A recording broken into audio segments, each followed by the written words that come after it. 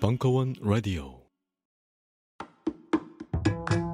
와인을 같이 마신다는 건 누군가를 축하해 줄 일이 있거나 혹은 누군가의 흑심이 있거나 둘 중에 하나예요.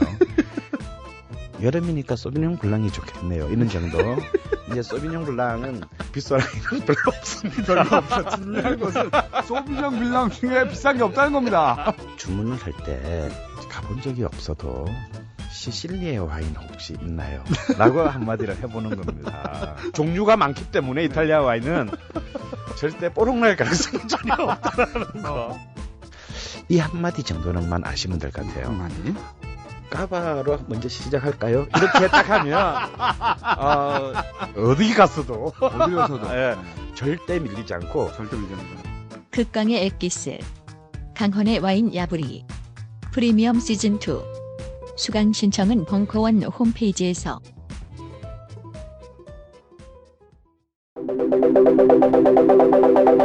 강헌의 대중문화사 시즌4 제3강 노사모 붉은 악마 촛불 집회 21세기 대한민국의 문화 정치학 2017년 4월 10일 강연 일부. 시청각 자료는 유튜브 링크를 이용하세요.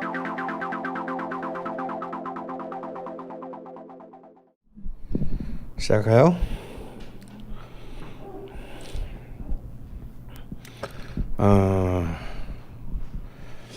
우리가 지난 시간에 이 90년대 후반부터 거의 이제 20세기와 21세기가 교체되는 순간에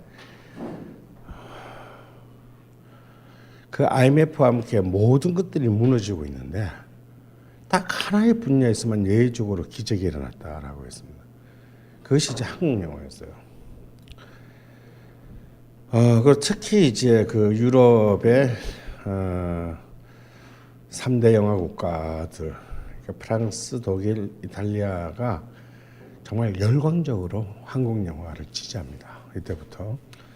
왜냐하면 영국 영화는 이미 망했어요. 그다음 그 시점에서 이제 마이클 리 감독을 끝으로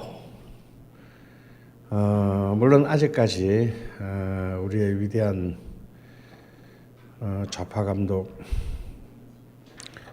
갑자기 이름 또 생각이 난다. 우리의 위대한 좌파 감독인 켄 로치 형이 고군분투하고 있지만 뭐 그 사람이 언제 뭐 영국 자본의 도움을 받은 적이 있는 것도 아니고 정말 20세기 후반에 영국의 문화 정책은 처절했습니다. 우리는 뭐 사실 뭐 한국의 문화 정책도 잘 모르는데 뭐 딴 나라의 문화 정책에 관심 없잖아요. 아무리 뭐라 해도 영국은 세계 3위의 이제 20세기 후반 시점에서 세계 3위의 문화산업 국가고, 그런데 영국 영화의 점유율이요 10%가 무너집니다. 10% 두 자리 비행이 무너져요. 영국 영화 없어질 거야 그냥.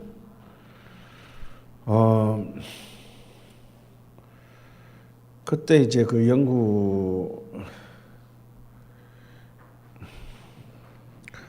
그래서 이미 그 영국 정부는 프랑스와 더불어서 일본과 더불어서 그러니까 총리 직속에 그 영국에서는 이제 컬처 인더스트리 문화 산업이라고 하지 않고 크리에이티브 인더스트리 창조 산업이라고 합니다. 굉장히 익숙하죠. 그 창조 산업을 육성시키기 위해서 총리 직속의 부서를 만들었을 정도예요. 그만큼 국가적으로 최우선적으로 여기에 모든 것을 올인했는데 결국은 이제 미국의 푸들이 됐습니다. 나중에 이제 그 노동당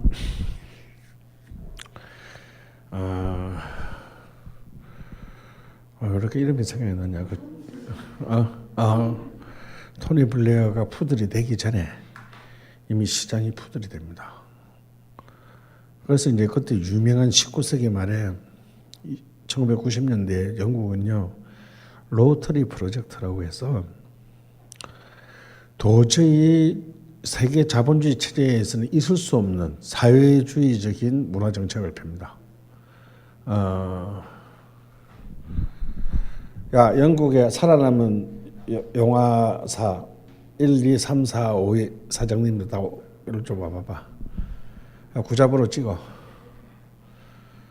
영국 정부가 그 회사 구자에다 전부 뭐 2,500만 파운드인지 3,000만 파운드씩을 국가가 시장의 회사한테 꽂아줬어요. 그래서 네 마음대로 해. 니들 마음대로 영화 찍어. 제발 점유율 좀 올려다오. 이거는 WTO, 가트, 우루과이 라운드 전부 위반입니다. 근데 뭐 강대국들한테 뭐 그런 뭐 룰이 뭐 중요해? 뭐 그럼 개무시하는 거지 걔들은 급하면. 우리나라는 김대중 정부 때 한국 영화 지원하려고 온갖 그 나중에 그 미국한테 꼬투리 안 잡히려고 WTO에 꼬투리 안 잡히려고 막 온갖 꼴짝수를 다 써가면서 막 무슨 협동조합 뭐 어쩌고 뭐 해가지고 참 굉장히 변태적인 방식으로 지원을 했어요. 근데 다 망합니다. 그리고 항복을 해요. 이제 끝났다. 어떻게 백약이 무효다 이제. 그 같은 영어를 쓴다는 점에서 더 영국은 불리한 것이. 여러분도 지금도 영국 출신의 배우들 많아요. 뜨는 순간 다 헐리우드 가버립니다. 영국 출신의 감독 아직도 많아요. 헐리우드에.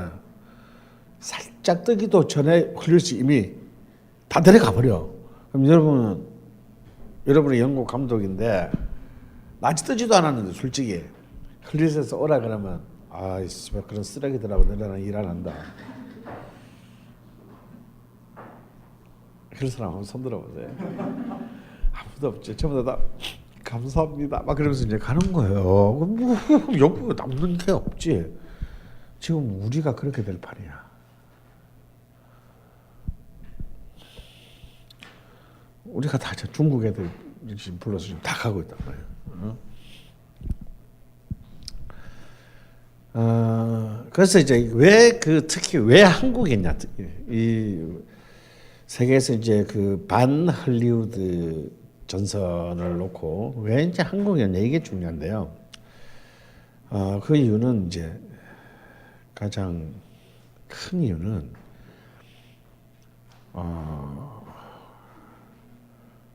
한국은 이제 브라질이나 한때 세계 영화의 강대국이었던 제3세계 국가 중에서 강대국이었던 뭐 브라질이라든지 또는 이제 뭐 인도는 어차피 이제 뭐 도저히 아무도 언터처블한 수준으로 갔으니까 브라질이나 아르헨티나, 멕시코 같은 나라하고 달라요. 뭐냐면 한국은 이미 거의 시장의 80% 이상을 미국 영화에 내주었던 나라입니다. 그러니까 자신을 회복할 수 없는 수준의 헐리우드에 이미 먹혀든 헐리우드 식민지라고요. 그래서 만약에 아예 아직까지 사회 자체가 경제적으로 발전하지 못해서 헐리우드 영화조차도 뭐 들어올 필요가 없는 나라들이 있잖아요. 뭐 아직도 많잖아. 그런 이제 굉장히 못 사는 나라들. 헐리우드에 들어가고 싶어도 들어와서 못 들어가겠다는 나라들. 그런 나라가 아니라고 우리는. 그렇기 때문에 이거는 헐리우드 입장에서는 굉장히 뼈아픈 실점이에요. 의문의 일패가 아니야 이건.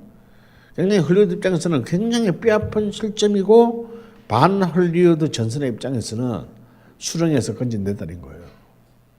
이건 선전을 하기에 너무 좋은 헐리우드는 절대 영원하지 않다라는 것을 보여줄 수 있는 굉장히 좋은 아이템이었던 겁니다. 왜냐하면 헐리우드에 뺏기고는데 돌아온 나라가 단 한 나라, 자기들을 포함해서 프랑스, 영국, 이탈리아를 포함해서 헐리우드에 다 뺏기고 났는데 돌아온 나라가 역사상 단 한 나라도 없었기 때문입니다. 이것이 정말 굉장히 놀라운 도저히 한국 아니면 설명될 수 없는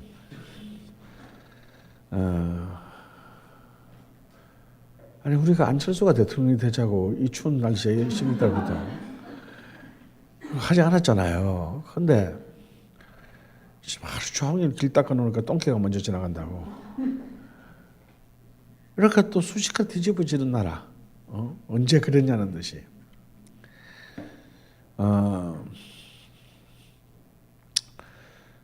그러면서 이제 여기에 두 번째 이제 내재적 요인, 이것이 이제 외형적 요인이었다면, 그래서 이제 일단 세계 영화 이건 굉장히 중요한데요. 어떤 한 나라의 영화가 약진한다는 것은 그냥 매수 시장이 커지는 거 이건 아닙니다. 세계 영화 마켓에서 그 나라 영화의 가격이 평균 가격이 얼마이냐 이게 제일 중요해요.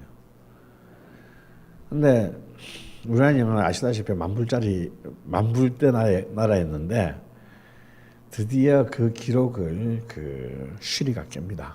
쉬리가 드디어 마켓에서 2,500%를 성장을 시켜놔요. 25만 불로 마켓에서 뛰어넘습니다.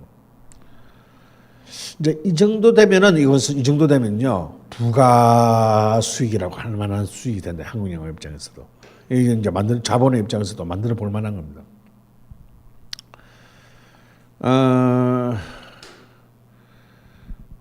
그래서 이제 사실 99년도만 하더라도 한국 영화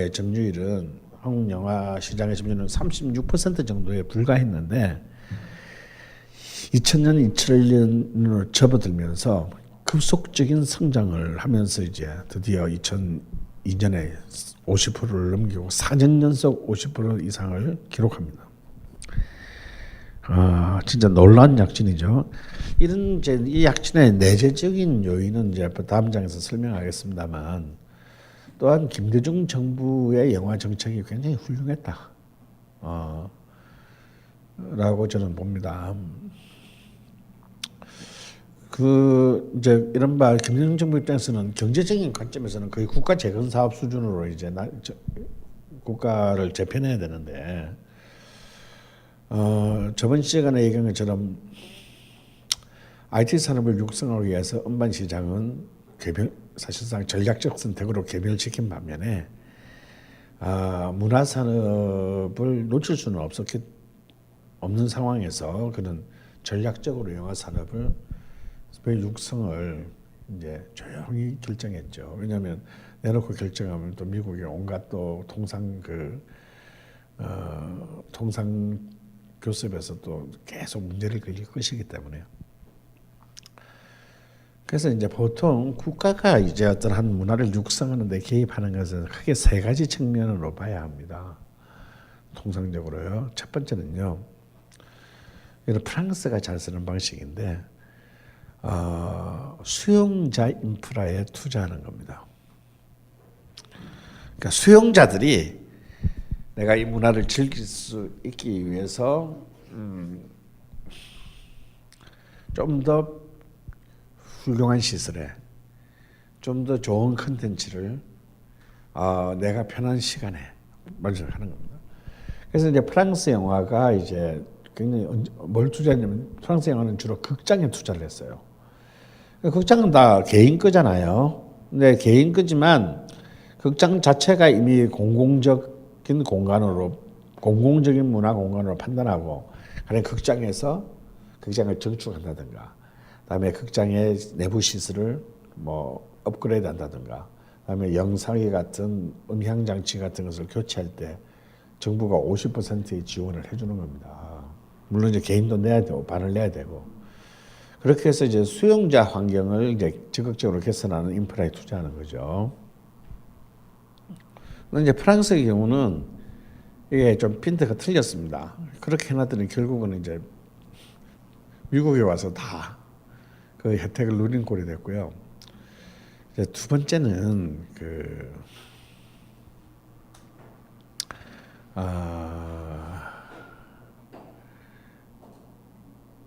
예술가에게 투자하는 방식이 있는데요.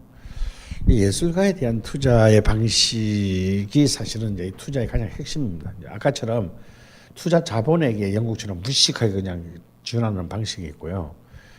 두 번째는 이제 독일이 잘 쓰는 방식인데, 자국의 콘텐츠를 육성하기 위해서 1+1 정책 같은 겁니다. 네가 관객을 이만큼 확보하면 아무것도 안 하는 놈한테 돈을 줄 수는 없으니까. 네가 예를 들어서 100명의 관객표를 몰아오면 100명치의 관객표를 그 액수를 지원하는 겁니다. 중앙정부와 지방정부가. 그러니까 수입이 더블 인컴이 되는 거죠. 그렇게 해서 이제 많은 사람들로 하여금 이 작업을 이렇게 매력을 가지고 뛰어들게 만드는 이제 이른바 문화산업 쪽으로의 어떤 인력 유도의 방식이 있습니다. 우리도 이제 대학로에서 왜 연극표 한때 대학로에서 왜 연극 뭐 사랑의 티켓인가 그래가지고 한 명분 내면 한 장값 한 장을 더 줬잖아요. 그 한 장은 누가 책임지냐면 정부가 돈을 주는 겁니다. 극단에게.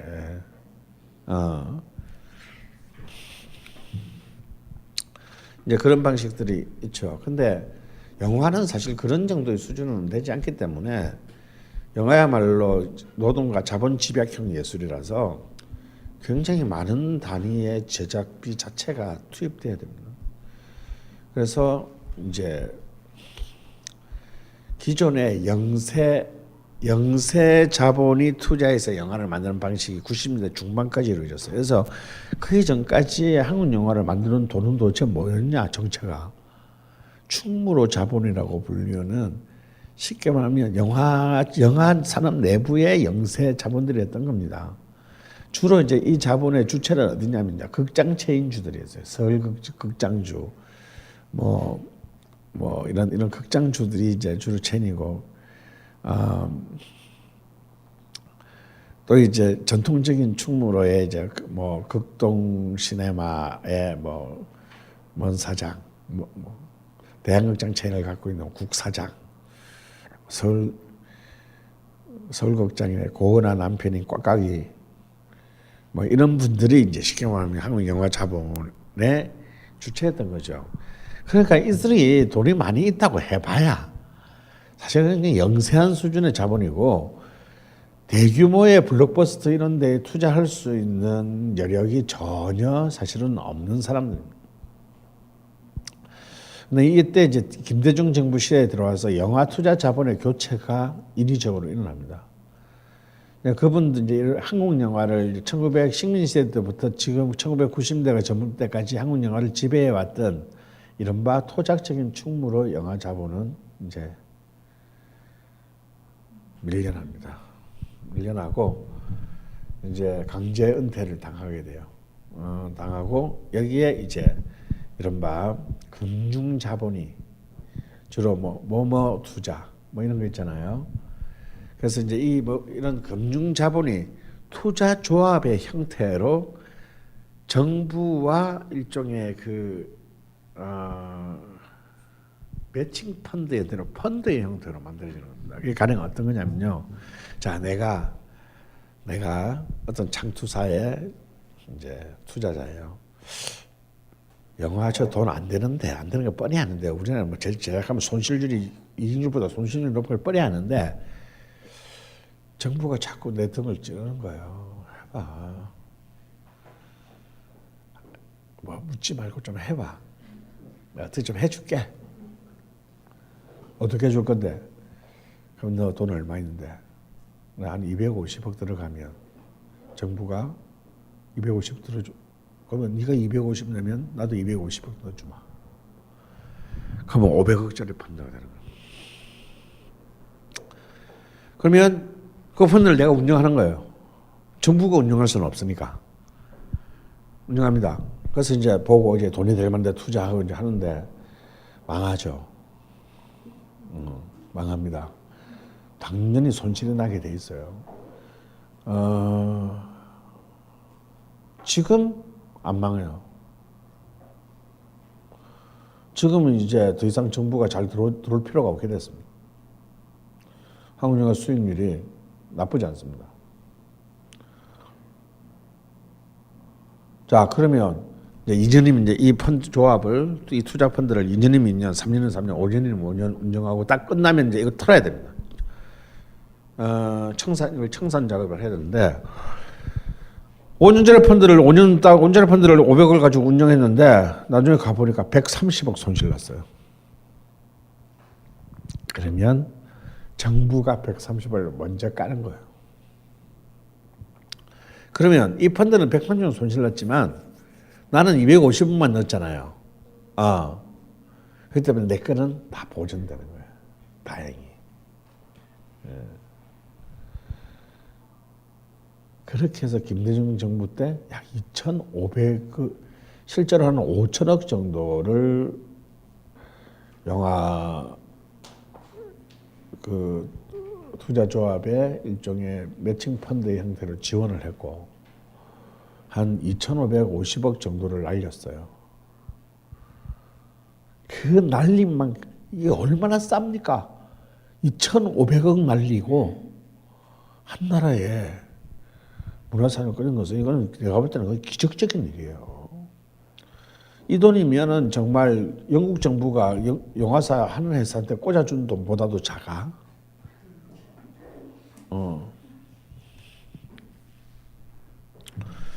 그 날리고 이제 인프라를 굳건하게 세운 거죠. 그러면서 이제 영화는 자연스럽게 금융 자본과 대자본의 그 결합으로 이제 가게 됩니다.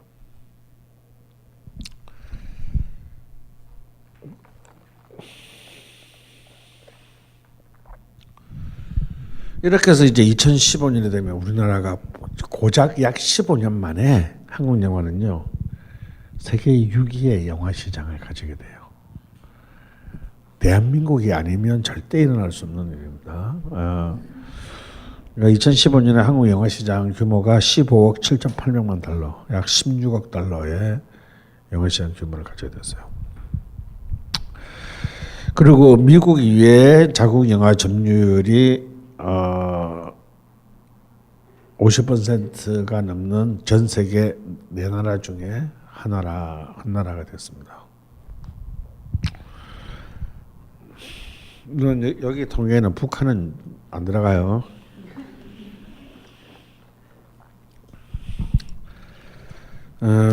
그렇게 해서 이제 도저히 말도 안 되는 또 한국만이 또 일어나는 일이 일어나요.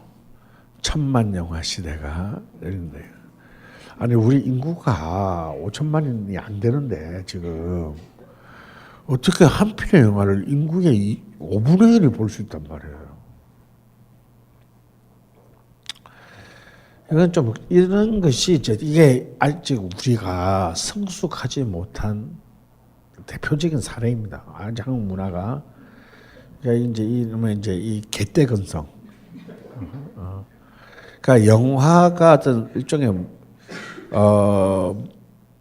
취향에 따른 문화적 소비라기보다는 사회적 소비를 하고 있다라는 거죠. 아 이거 안 보면 내가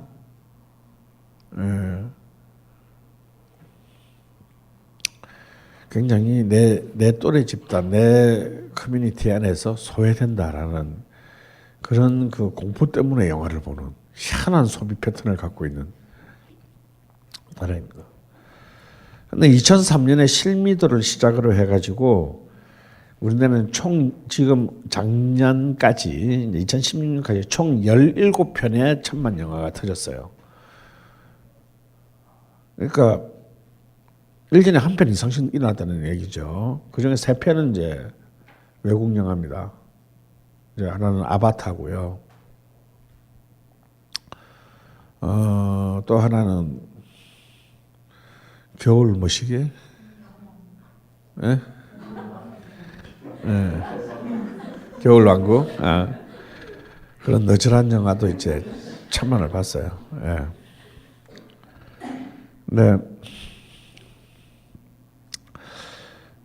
그래서 보면 이제 여기서 이제 그 천만 영화들을 보면 굉장히 이 한국형 블록버스터의 특징이 잘 나타납니다.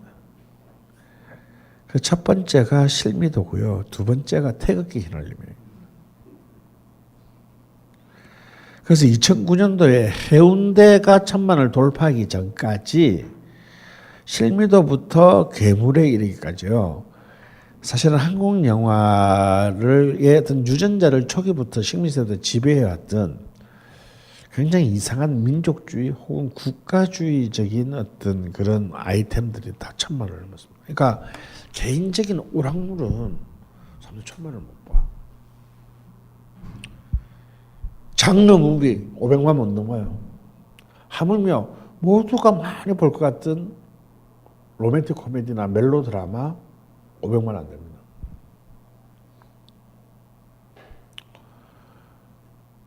정말 특이한 굉장히 특이한 국가예요.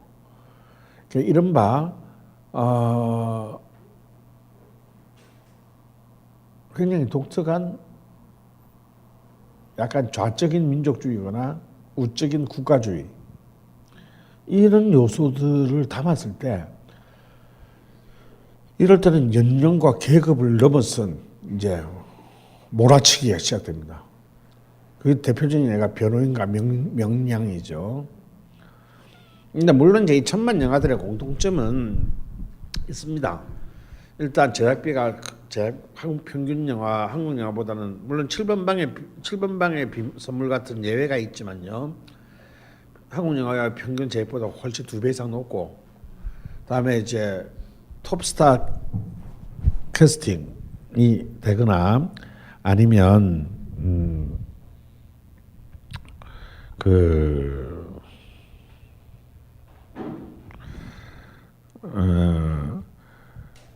뭐 이건 약간 주관적인 것이긴 하지, 주관적인 수밖에 없지만 예상을 넘는 다 좀 뛰어난 완성도를 가진 작품들이 천만 영화를 넘어요. 그런데 이제 이런 완성도가 솔직히 정말 미흡함에도 불구하고 천만이 넘는 영화들이 있는데요. 그게 이제 가장 대표적인 게 명량입니다. 한국 의익의 저력을 보여주었던 이건 제가 볼 때 이건 쓰레기 영화도 아니에요, 정말. 아니 그 제가 이렇게 그 뭐 이순신을 미워한다든가 그래서가 아니고 영화 자체가 도대체 영화가 말이 안 돼. 영화가. 우리 이순신이 아니면요, 우리는 굉장히 예술 영화를 본 거예요, 사실은. 거의 내가 볼 때 아방가르드야. 뭐. 어느 편이 우리 편인지 잘 모르겠고. 아니 그리고 이건 지금 내가 왜 이걸 왜 이렇게 얘기하느냐면요. 제가 이제 이 영화를 보러 제가 이때 제가 수지 살았는데 평일날 낮에 슬리퍼 질질 끌고 보러 갔습니다. 나 이제 이 용인 수지에 그 CGV가 어디 있냐면 신세계백화점 13층인가 있거든, 10층인가 있거든요.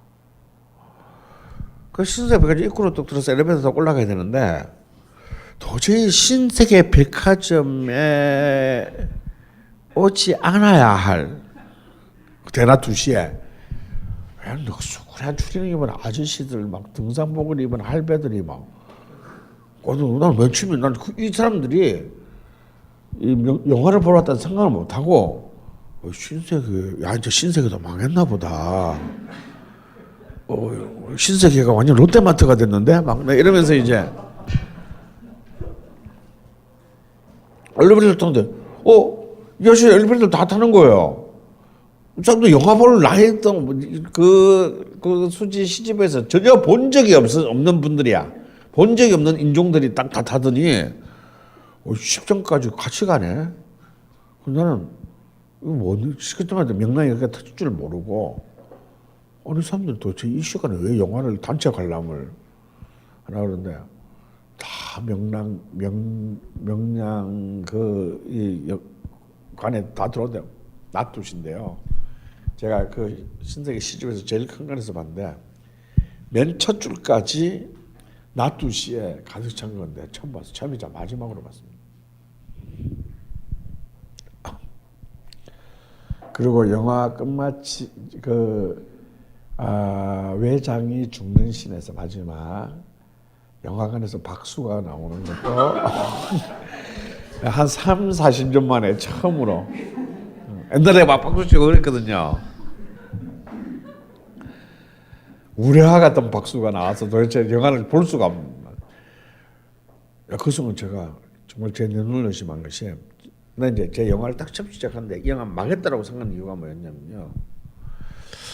저는 개인적으로 최민식이라는 배우를 좀 잘 아는 편인데, 뭐 여러 가지 인연도 있고, 또 제가 제작했던 영화에 주연으로 나온 적도 있고, 또 제가 뭐 뒤에 하던 뭐 프로젝트에도 굉장히 돈 안 받고 참여해 준 적도 많고, 또 무엇보다 저랑 동갑이고, 믿어지진 않지만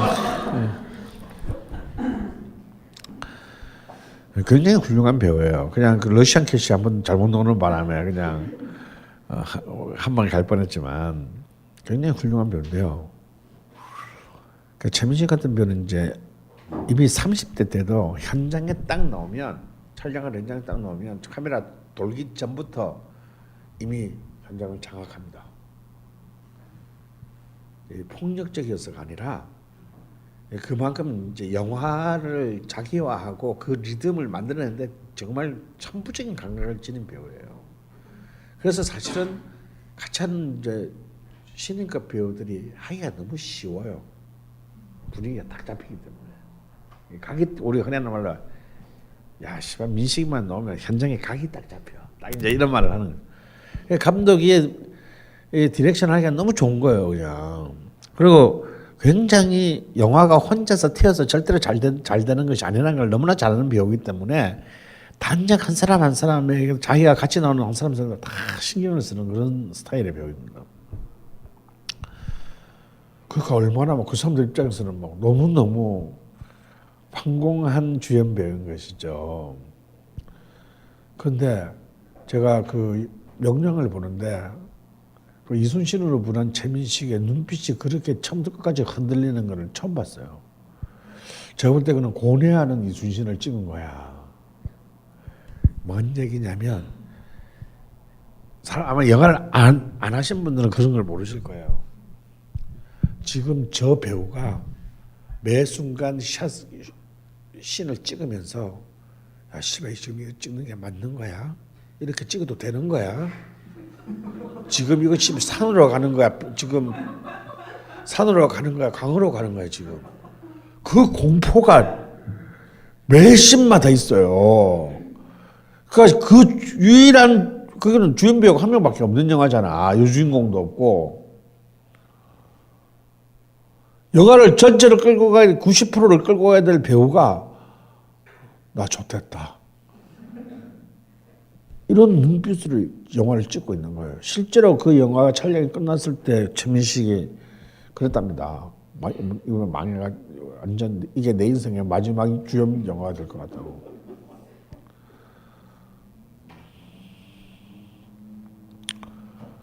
그래서 내가 정말 죽을 때가 됐나 보다 이런 데 속아 넘어가서 이 영화를 선택하다니. 그런 정도로 내가 보기엔 영화에서 완성도에 있어서는 완전 개마구리였는데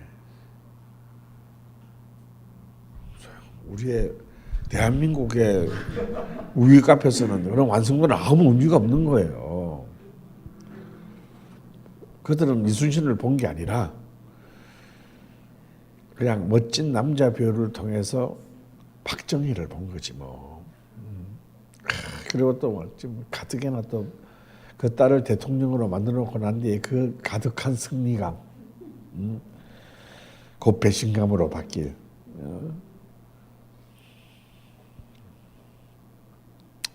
근데 이제 2016년에 이제 뭐 천만 영화에도 암살 같은 예에서도 보듯이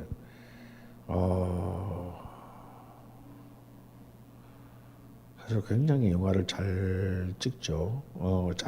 그래서 사실 뭐 잘 찍는 건 사실입니다. 천만 영화들은 이제 명량 같은 경우를 제외하면 굉장히 그 평균적인 완성도가 굉장히 높아요.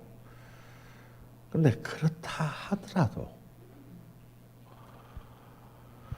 그렇다 하더라도 1,000만 명을 기록한다는 것은 이것은 좀 그 국가의 영화 산업 문화는 사실은 굉장히 좀 진화가 덜 됐다. 허술하다라고밖에 볼 수가 없어요. 이건 굉장히 허술함을 넘어서서 굉장히 위험한 문화라고 할 수도 있어요. 이거는 뭐냐면 이제는 작품 하나가 거의 1,000개에 육박하는 스크린을 독점할 때만 가능하다는 얘기예요. 그러면 멀티플렉스를 만들 이유가 없지. 그럼 다시 전부 다 옛날 대한극장 시절로 돌아가야지 뭐. 한 번에 2,500명씩 들어가던 그 시대. 그걸 왜 귀찮게 찾아가기 힘들게 방으로 쪼개나. 어차피 극장 10개 있는데 10개가 안에 9개는 같은 영화 하고 있는데 뭐하러 찾아가기 힘들게 방을 쪼개나요.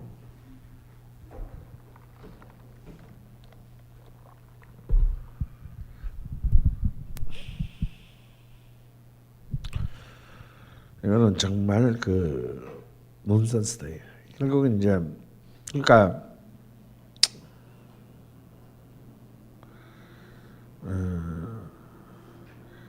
그래서 천만 영화가 한국의 이 빈약한 스크린 수, 극장의 스크린 수를 생각한다면 1,000만 영화가 나온다는 얘기는요.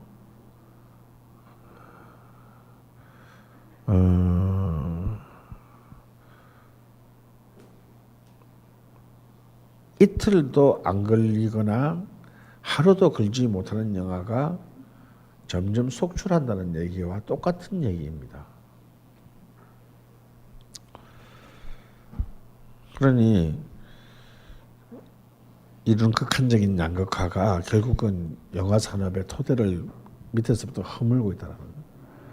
1,000만 영화보다는 한 300만짜리 영화가 1년에 안정적으로 10개씩 나오는 시장이 훨씬 훌륭한 시장이에요.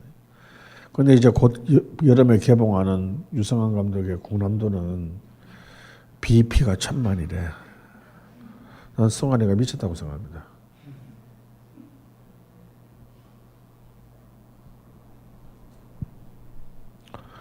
얘가 작년에 베테랑을 찍더니 베테랑을 1,000만을 하더니 그냥 맛이 간 것 같아요. 결국 이 IMF 시대의 예외적인 영화 산업의 약진은 저는 이 금융 벤처 자본, 새로운 어떤 또 투자 시장을 노리고 있던 한국의 이제 이 벤처 자본과 사실 한국만의 자본이 아닙니다, 여러분. 이게 이제 시장이 커지면서 98년, 99년도에 미국의 투자 자본들이 뭐 그런 거 있잖아요. 골드만삭스 뭐 이런 거, 이런 그 미국의 투자 자본들이 그 한국 영화 시장에 들어왔습니다. 그래서 그 당시에 구 세력을 대표했던 서울극장 체인을 기반으로 했던 강호석 감독의 시네마 서비스가 상장하는데 미국의 5번째 투자사가 인베스트먼트 회사가요 2,000만 불을 투자했어요. 그 당시에 그 2,000만 불을 넣었습니다. 물론 걔들은 훨씬 더 많이 벌어갔죠. 더 벌어갔지만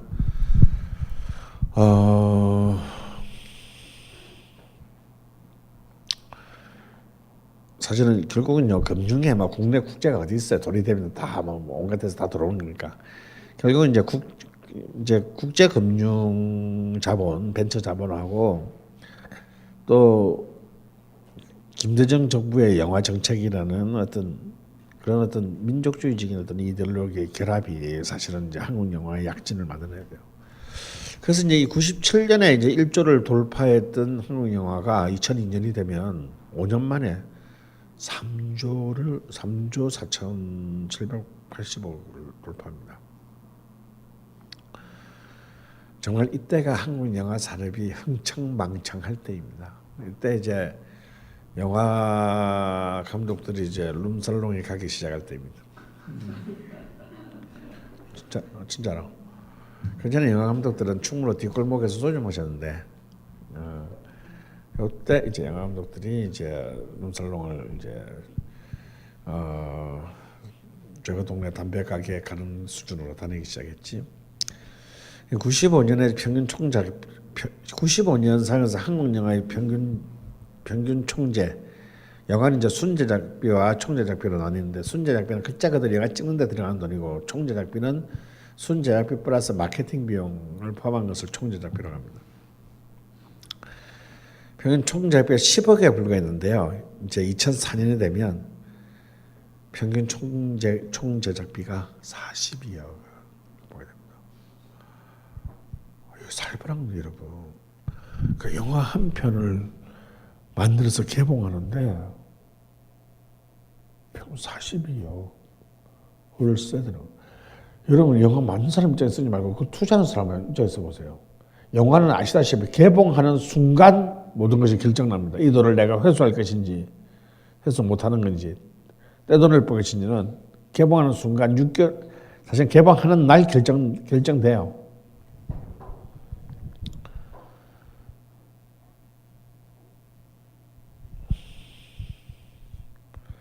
40억은 아무리 인플레이션이 됐다 하더라도 굉장히 큰 돈입니다, 여러분. 이런 만약에 현찰 42억 들고 저 삼성동, 역삼동에 나가면요, 양질의 중소기업을 한 5개 좀 살 수 있습니다. 저 40억 들고 나가면 회사 한 5개, 양질의 회사 5개 살 수 있어요. 근데 그걸 영화 한 편에 넣는다고 생각해 보세요. 근데 우리도 이렇게 보면 그렇잖아요. 영화 보면서 아이 씨발 이걸 영화라고 만들었나 이거. 아유 씨발 내가 찍어도 이거보다 잘 찍겠다. 정말 이런 거 만들고 있는 아직도 이런 거 만들고 있는 놈들이 있나 뭐 이런 그런 영화 많잖아요. 한국 영화 중에. 바로 그런 영화들이 회사 5개 살 수 있는 돈이 들어간 거예요. 결국은 이제 이런 한국 영화의 약진은 또한 한국 영화의 제작비 수준을 다시는 돌아올 수 없는 다리를 건너게 만들고 테러를 차단하게 됩니다. 여기서 우리는 망하면 그냥 가는 거예요. 이런 것들이 고작 9년 만에 시장이 아니라 제작비가 400% 이상 뛴다는 얘기는 이건 사실은 굉장히 위험한 게임. 근데 더 비참한 사실은 영화는 아까 나왔지만 노동 집약적인 사업인데 시나리오 작가부터 시작하는 수많은 영화의 스태프들의 처우 개선은 전혀 이루어지지 않았다라는 거예요. 그래요. 좋아요. 정말 그 열정페이로 지탱되던 것이 산업이 되어서 여기에 종사하는 사람들이 자신의 어떤 예술노동에 대한 정당한 가치를 받게 된다면 그것은 그 총 비용이 증가하더라도 우리는 박수 쳐줘야 되는데 사실은 현실은 그렇지 못하다는 게 문제인 거죠. 가령 저는 미국 영화가 왜 제작비가 많냐, 미국 영화 평균 높냐는요, 그건 사실은 간단합니다. 미국 영화는 철저한 유니언숍 제도에 의해서 움직입니다. 철저한 배타적 노조주의에서 움직여요. 그 노조, 영화인 노조에 가입되어 있지 않으면 쓸 수 없습니다. 썼다가는 그 영화는 개봉 못해요. 그러니까 만약 한국에서 우리나라에서 미국 뉴욕에 나오는 씬을 찍는 이제 미국 뉴욕 로케이션이 있는 영화가 있을 수 있잖아요. 죽어 우리. 뉴욕 씬 찍느라고 한국 영화 제작비 전체가 다 들어갑니다. 왜냐하면 걔들은 딱 정해졌거든. 모든 걸 미국에서 다 대우를 해줘 현장에서부터 다 대우를 해주고 다 계약을 해줘야 되고 주급으로 줘야 되고 이번에 이제 저기 뭐야 미국으로부터 100% 투자를 받아서 이제 그 봉준호 감독이 옥자를 이제 다 찍었어요. 6월달에 여름에 개봉하는데 제작비가 5,700만 달러입니다. 그럼 얼마냐 씨발. 한 600억. 5,700만 달러를 100% 넷플릭스가 투자했어요.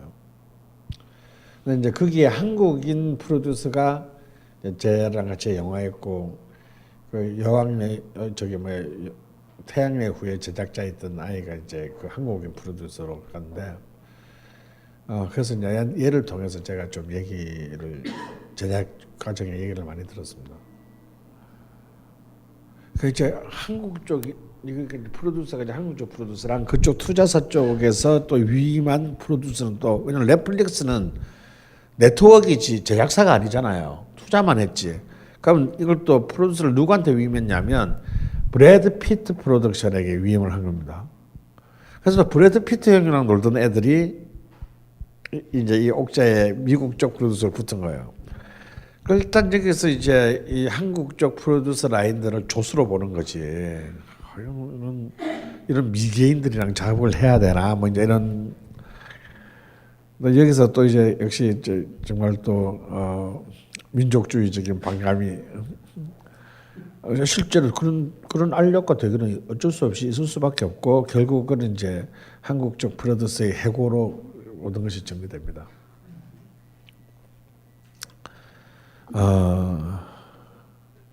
그래서 내가 그 얘기를 듣다 너무 분해가지고 야 씨발 그렇게 계속 당하고만 있었던 거야 막 그랬더니 아니요 형 나도 한번 이길 뻔했어요. 그랬더니 뭐 그랬더니 한마디 말을 핑계로 삼아가지고 너 인종주의자지. 형 그게 그렇게 걔들한테 먹힐 줄은 꿈에도 몰랐어 막. 예, 그럼 그냥 정서적으로만 승리한 거잖아.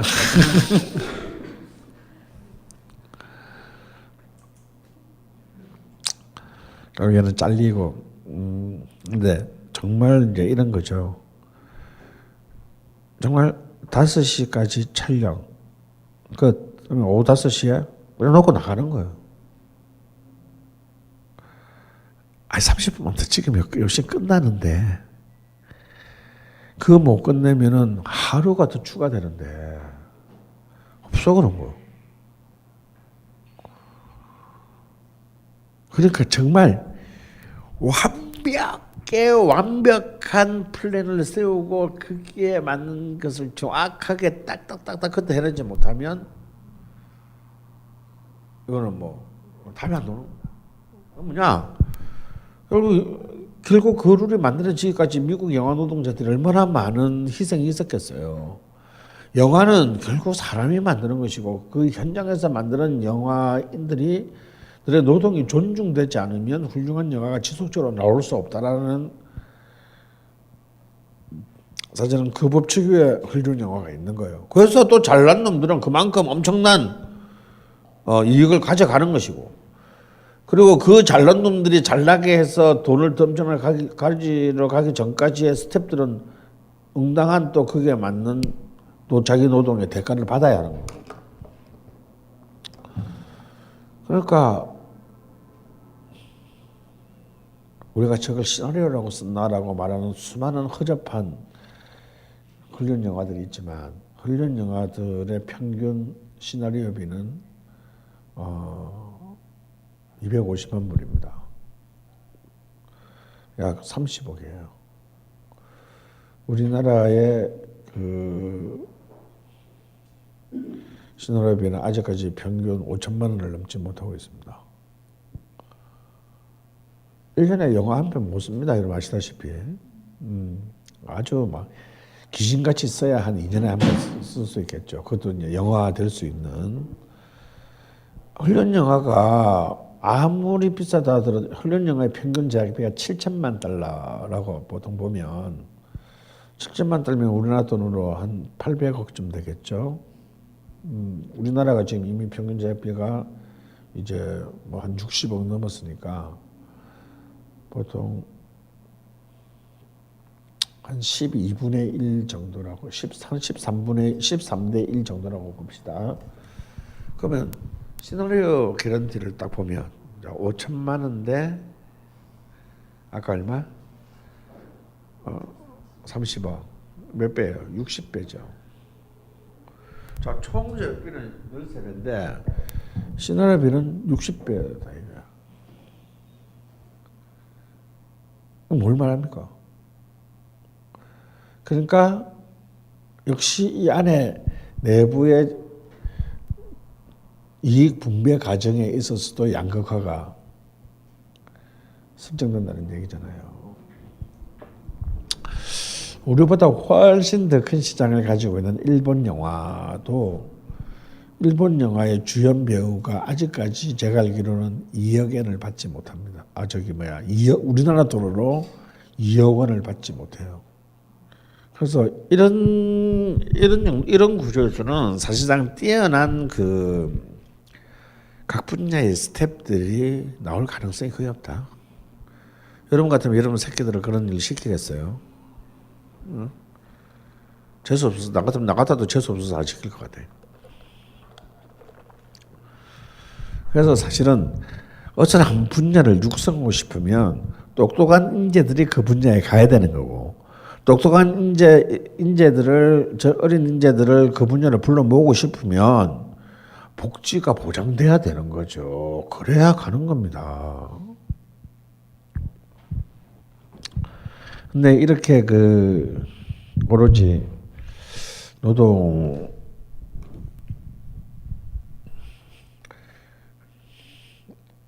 영화를 사랑하고 좋아하는 게 무슨 죄인가요? 그걸로 노동을 착취하면 안 되지. 이게 아직까지 우리가 이런 부분들에 있어서 전혀 성숙하지 못한 구조를 갖고 있다 이겁니다. 하지만 이 IMF 시대 이후에 1997년 11월에서 2001년까지의 한국 대중문화의 최고의 화두는 이 4년간의 최대의 화두는 결국 이 단어로 요약된다. 바로 이 단어로 모든 것이 수렴합니다. 모든 길은 이 단어로 통합니다. 한국의 마지막 룸살롱 전성시대를 열었던 바로 그 장본인 초고속 인터넷망의 보급입니다. 이때가 1999년이었습니다. 정말 20세기가 끝나는 바로 그 마지막 해에 초고속 인터넷망이 보급됐는데요. 바로 그 보급되자마자 6개월 만에 한국의 인터넷 가입자 수가 영화하고도 비슷한데 1,300만 명에 육박하게 돼요. 이건 세계사적으로 유례가 없는.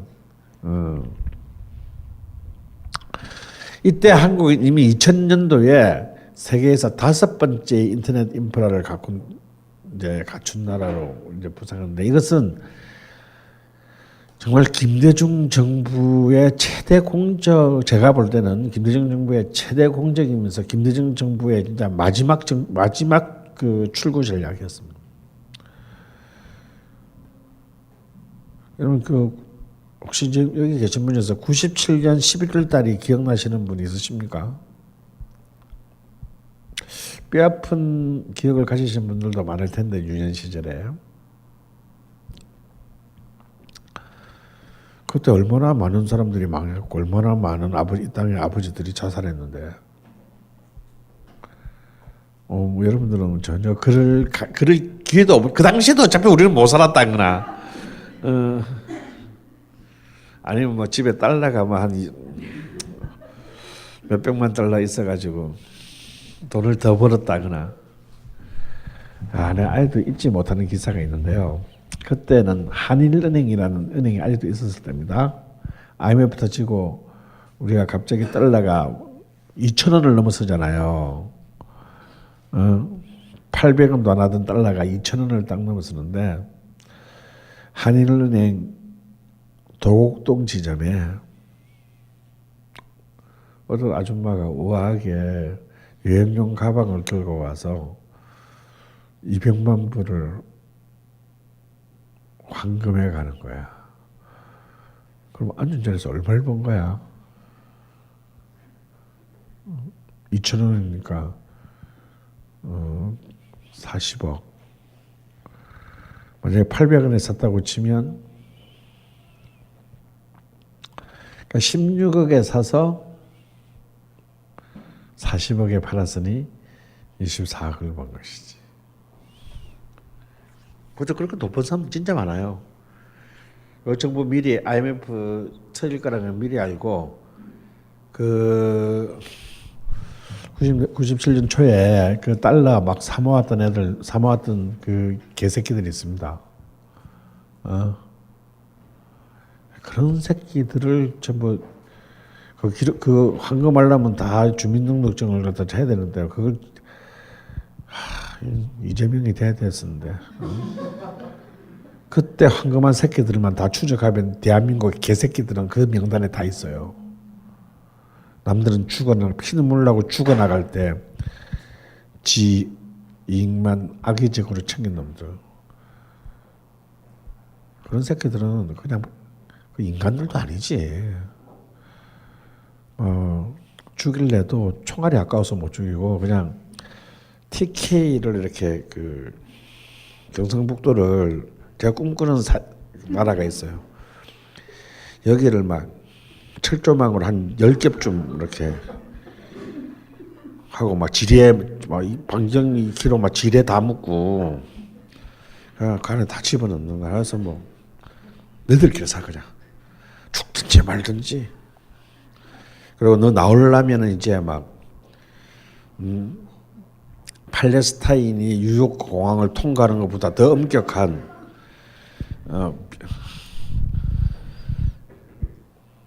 그런 애들 재산만 몰수하면 한국은 제가 볼 때는 일단 앞으로 향후 100년간 복지 예산 걱정 안 해도 되는데 일단 그런 개 같은 시대인데 그때 뭐 여러분 기억나시면 나 제일 쪽팔렸던 거 나라에 왜 한 보유고가 떨어질 때라 우리 뭐 했습니까? 씨발 근무 왔잖아.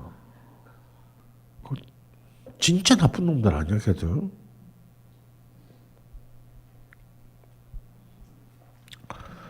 그러면 나는 어차피 낼 것도 없었지만 또 그걸 내는 또 사람들은 뭐야.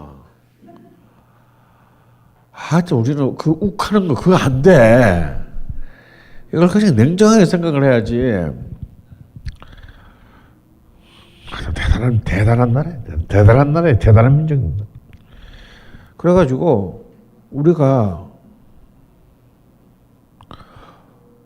그때만 해도 우리나라 거의 진짜 망했다. 좋됐다. 이게 눈앞에 있는데 어쨌거나 형식적으로 우리가 언제 벗어납니까? 2001년에 2002년 초에 벗어나요.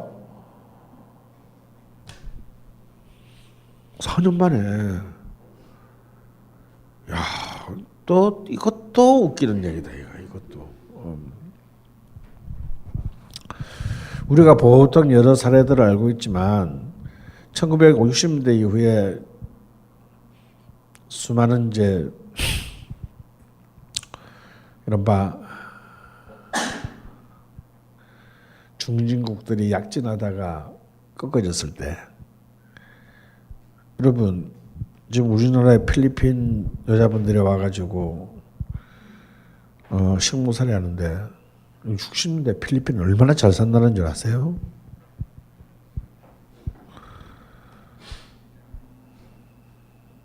필리핀 사람들은 무시하면 안 됩니다.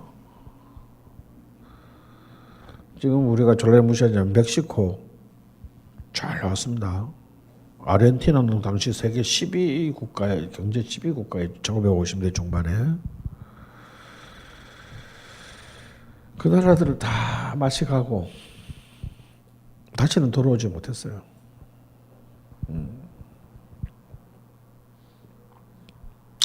그러니까 뭐 이성 뭐 두다르테 뭐 이런 애들 이상한 애들 나와가지고 뭐 대통령궁에서 영화 찍고 있고.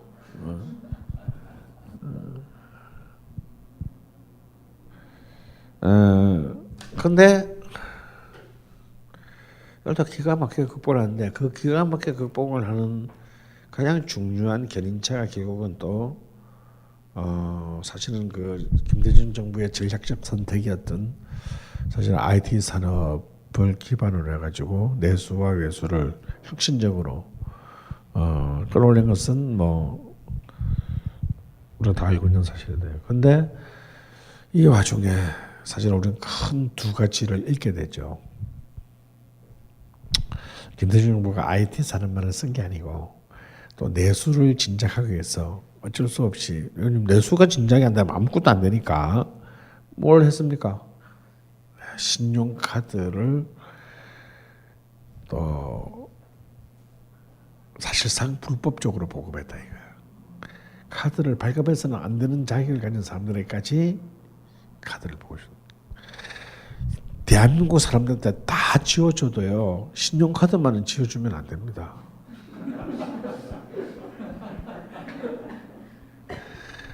우리가 어떤 민족이에요? 일단 우리 첫 시간 되겠잖아. 우린 저지르고 보는 민족이라고. 신용카드는 절대로 지어주면 안 돼. 그래가지고 지금 사실 그때 문제가 생긴 사람 지금까지 신불자로 살고 있는 사람들 되게 많아요. 회복이 안 됩니다. 그러니까 그때는 막 카드를 또 막 마구잡이로 한 명한테 신용도가 낮음에도 불구하고 마구자를 발급해주고 하면 한도도 좋을 날이 많이 있으면 지금이야 그렇게 안 되지만요. 그러니까 전혀 그 능력이 없는 사람들이 카드 한 개에 5천만 원씩 한 10개 정도 한 5억 막 그래서 그 이자를 한번 생각해 보세요. 불가능하네. 그렇게 해서 사실은 침체된 내수를 좀 끌어올린 건 확실히 맞는데요. 문제는 가계 경제의 건전성을 완전히 파괴시켰다는 거예요. 이때부터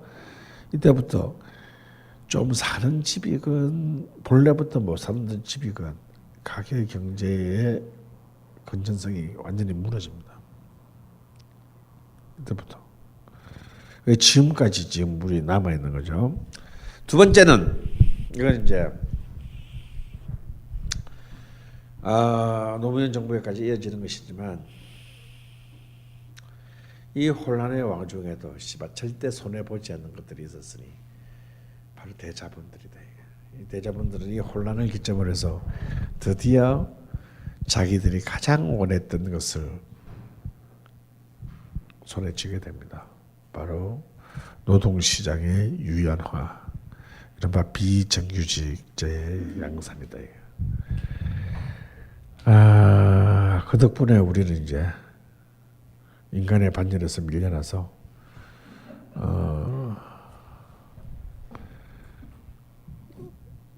자본의 개가 됩니다. 근데 이거는 사실 막을 수 있는 거거든요. 얼마든지 막을 수 있는 겁니다. 근데 김대중 정부고 노무현 정부고 못 막았어요. 그럴 때는 대통령이 끝까지 버텨야 됩니다. 씨발 나 죽이고 해라. 적어도 이 정도는 돼야죠. 그래야 대통령이지.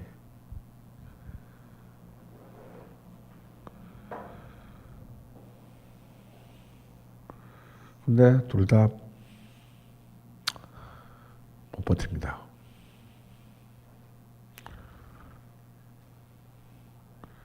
기업들은 뻑하면 중국에 가겠다, 동남아시아로 가겠다고 협박하고. 그럼 가라고 해야죠. 가. 그리고 내가 동원할 수 있는 모든 권력 정치를 통해서 씨발 털어야지. 그래, 가시오. 중국 가세요. 삼성전자 가. 그리고 털어야지. 씨발 어차피 앞으로 안 볼 사이인데 뭐. 뭐 지은 죄가 한두 개야? 그래가지고 아주 씨발 젖을 담가버려야지. 한 놈만 딱. 삼성전자 망한다고 우리나라 망할 것 같아요. 어떤 나라 때 이 나라가.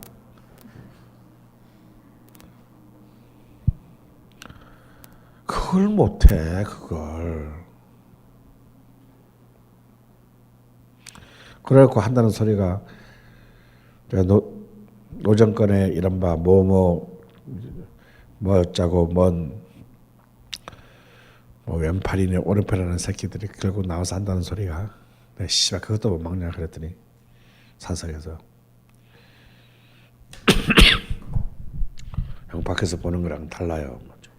뭘 달라 다르게. 지가 먼저 넘어가 놓고.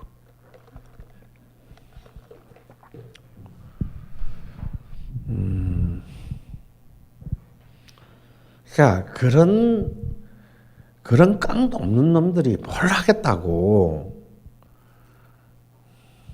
파면 씨발 무슨.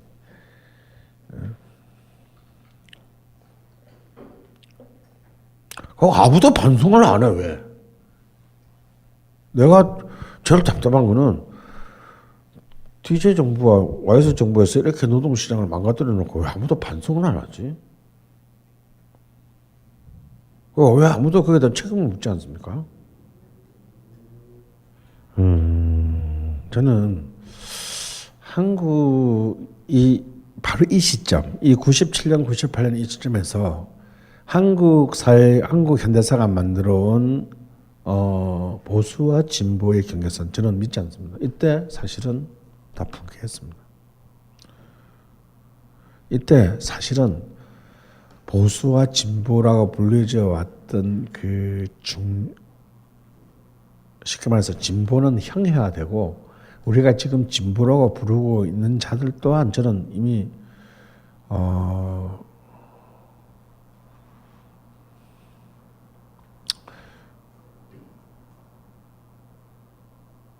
보수의 거대한 협잡의 그물에 저는 이미 체포되었다고 봅니다.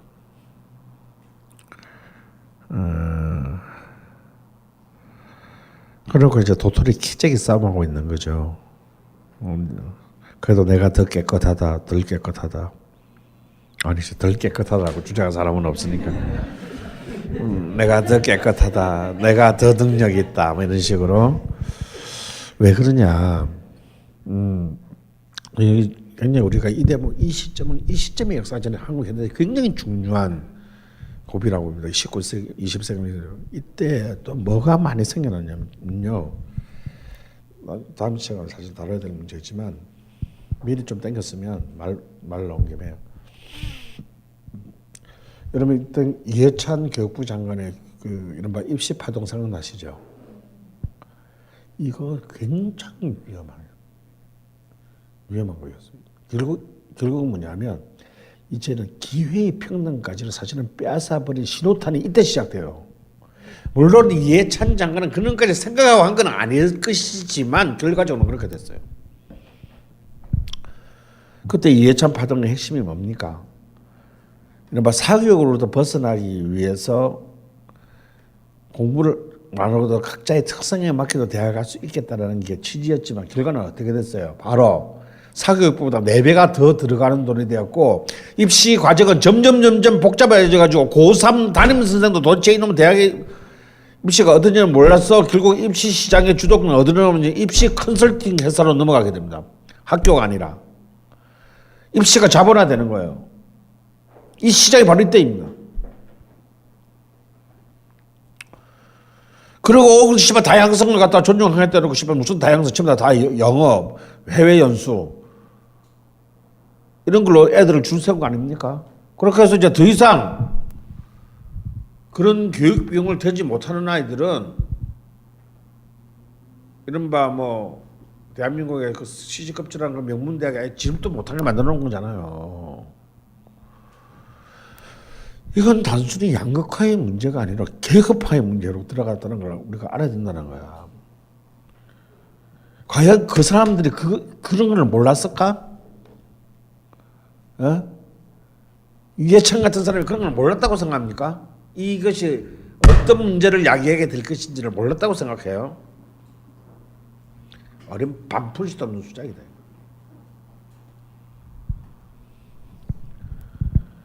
그리고 이때부터 로스쿨 얘기가 나오기 시작합니다. 의학 전문대학원 얘기가 나오기 시작합니다. 그 로스쿨 안이 어디서 나온지 아시면 여러분 기절하실 겁니다. 민변에서 나왔어요.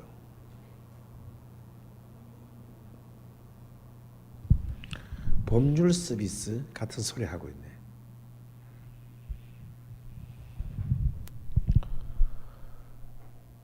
결국은 이른바 흔히 말하는 상위 1%의 가문 이해고에서는 이제 우리는 판사 검사를 가지지 못하게 됐어요. 그런 특권층에서 자란 새끼들이 나중에 어떻게 법 앞에서 평등의 판결을 내리고 기소할 겁니까? 뭐 걔들한테는 뭐 따로 뭐 정의의 주사라도 있나? 임용되기 전에 전부 다 주사 한 대씩 맞으면 자신의 모든 살아온 성장 환경과 상관없이 정의로운 판결을 내릴 수 있는 씨발 그런 게 어디 있어요?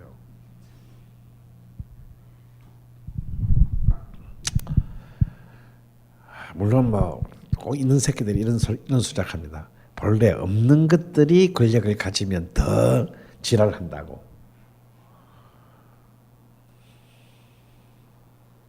뭐 내 친구를 봐도 뭐 그런 것 같아요. 그래서 우리 국민학교 동창회에서 걔 왕따 시키고 부르지도 않아.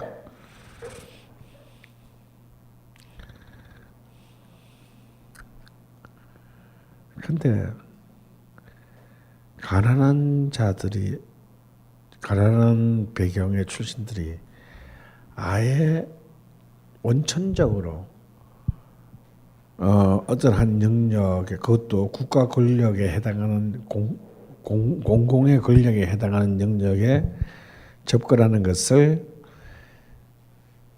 법적으로는 차단시키지 않았지만 현실적으로 사실상 차단시키는 것은요, 그거는 명백히 특정한 계급의 지배를 유지하기 위한 굉장히 치밀한 사회체제로 이행한다는 것을 의미합니다. 인터넷이라는 공간은 사실은 이제 그 인류 역사에 있어서의 매체 발전사에 있어서도 굉장히 중요한 코페르니쿠스적인 대전환이면 분명합니다. 그 이전까지의 미디어들은 전부 일방향 통신이었다면 드디어 이제 이론적으로야 씨발 인터넷에 쌍방향 통신을 주장하는 사람이 있으면 죽여버릴 거야 전부 다.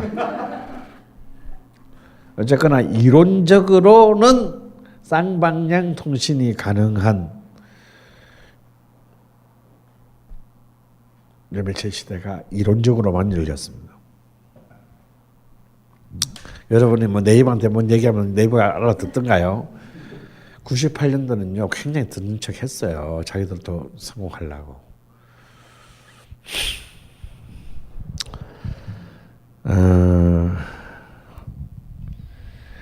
하지만 인터넷이 갖고 온 것은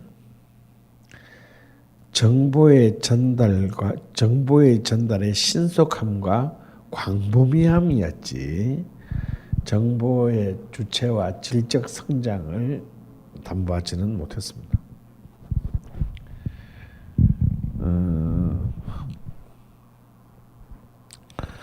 그런 인터넷 문화, 인터넷이는 근데 이제 인터넷이 만드는 가장 중요한 어쩌면 가장 중요한 긍정적인 측면이 있다면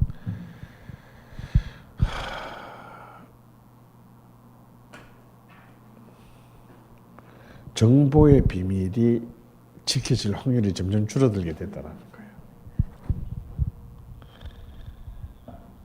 거예요. 이것이 이제 나중에 SNS와 스마트폰과 결합하면서 이제 그 정보의 일상적 공유는 지금 이제 현대 글로벌한 사회 체제에 있어서 가장 중심적인 풍경이 됐습니다. 바로 이 기반에서 여러분 기억나실지 모르겠지만 이른바 오양 비디오 사건이 사실죠. 사실 오양 비디오는 훨씬 그 전부터 있었던 겁니다. 오양 비디오는 90한 5년 6년부터 있었어요. 청계천 2층에서 청계천 상가 2층에서 제가 그때 돈 많이 주고 샀습니다.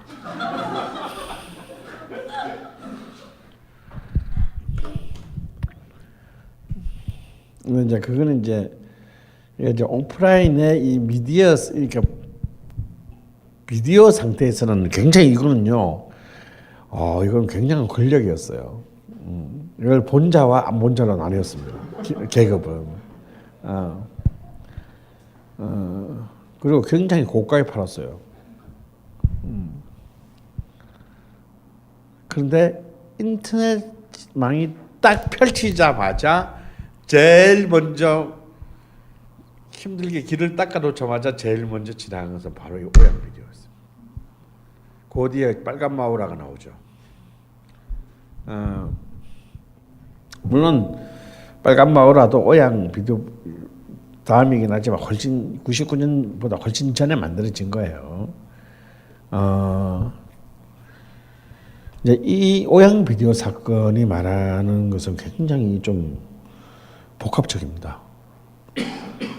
첫 번째는 이제 개인의 사생활이라는 것이 이제 더 이상 인터넷이라는 환경 안에서는 보장될 수 없다라는 하나의 이제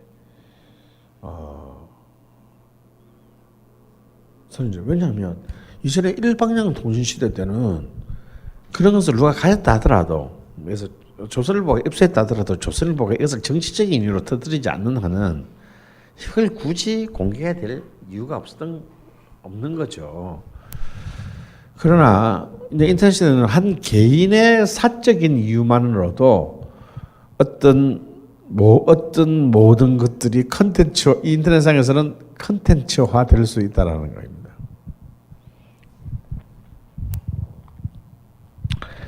바로 이제 그 공적 생산이 아닌 사적인 이유. 이 사적인 이유가 모든 이제 이 인터넷 위에서의 수많은 컨텐츠들의 사실상의 기반이 된다는 것은 그 이전과 우리가 전혀 다른 문화적 인식의 시대에 살게 됐다는 것을 의미합니다. 자, 그 이전까지 우리는 나의 사적인 삶은 공적인 문화가 되지 않는다고 생각했죠. 그러니까 이것은 별개였습니다. 그러니까 뭔가 문화적 내용이 된다라는 이제 옛날식 단어로 문화적 대상이 된다라고 하는 것은 그냥 있는 그대로의 사적 삶의 영역이 아니라 그것이 어떤 방식으로든지 가공되고 변형된 혹은 전문적으로 그러니까 한 땀 한 땀이 들어간 이런 이제 그 가공을 통해서 문화가 됐다라는 거죠. 문화적 대상이 됐던 겁니다. 됐다고 생각했어 우리는. 그런데 여러분 아시다시피 인간의 가장 그 말초적인 욕망인 그래서 이제 포르노그래피도 보면요. 인터넷이 되기 이전 시대에도 이른바 포르노 제작사가 만들어낸 정말 굉장히 정교한 포르노보다도 이른바 아마추어들에 의한 사적인 포르노가 훨씬 더 비싼 값에 팔렸습니다. 근데 이것은 이제 포르노라는 굉장히 특수한 어떤 그런 그 분야인데 이미 사실은 이 포르노라고 하는 것을 우리는 이제 막 굉장히 막 특히 이제 그 페미니즘 입장에서 보면 막 굉장히 복잡한 문제죠. 그런데 매체의 발전과 확산의 역사를 보면요, 포르노야말로 언제나 새로운 매체들을 가장 빠른 시간 안에 대중화시키는 엄청난 그 그 폭죽과 같은 그런 그 역할을 담당해 왔습니다. 만약에 포르노가 없었다면 제가 보기엔 대한민국에 일단 VTR은 보급 안 됐을 것 같아요. 그건 뭐 전 세계적으로 마찬가지입니다. 그래서 새로운 영상 하드웨어가 보급될 때는 언제나 그 포맷에 맞는 포르노그래피가 먼저 불법적으로 유통됩니다. 그래서 그 불법적 유통을 기반으로 공식적 영역의 하드웨어가 보급돼요. 이제 그 두 개는 굉장히 이제 견인 관계가 있는데, 인터넷의 시대가 되면서 이제 놀랍게도 가장 기존의 문화 컨텐츠 생산 집단 중에서 가장 놀라운 비율의 고속 성장을 한 분야가 놀랍게도 포르노그래피 제작입니다. 왜냐하면 그 이전에 포르노그래피는 굉장히 미국에서조차도 레리 플린트가 연방법원에서 표현의 자유로 승소한 이후에도 찍는 건 자유인데 그 대신에 이른바 등급제 적용으로 이것이 대중들에게 소비되는 것은 굉장히 엄격한 통제를 받아야 했기 때문이죠. 여러분 놀라운 사실은요. 미국에 뭐 R13 뭐 이런 등급 판정을 받잖아요. 그러면 씨발 그걸 뭐 저 미국 땅이 얼마나 넓고 저 구석에 막 저 흑장이 얼마나 많은데 뭐 그런 걸 누가 지켜라고 생각이 쉽잖아요. 미국이 무슨 나라 그런 겁니다. 한 놈만 걸려도 영업 정지를 내려버립니다. 한 놈만 걸려도.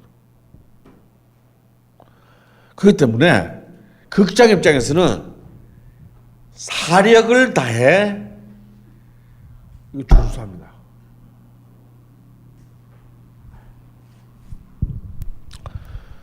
그래서 사실은 실제로 미국의 주류 사회 내에서 포르노라고 하는 것이 특히 이제 아동들이나 뭐 미성년자들 특히 그런데 사실 들어갈 확률이 굉장히 낮았습니다. 낮았는데 인터넷이 탕하고 인터넷의 주력 사용자는 다들 알다시피 10대들이다. 완전히 열려버려요. 그래서 사실 오향 비디오 사건은 어떤 한편으로는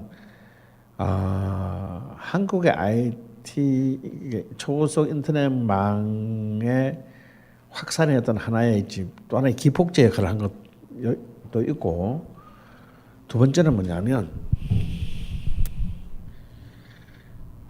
인터넷이라는 새로운 시장이, 새로운 이제 플랫폼이 인간의 사적 공간을 절대 보호해주지 못한다는 새로운 시대의 질서를 모두가 알게 했다는 겁니다.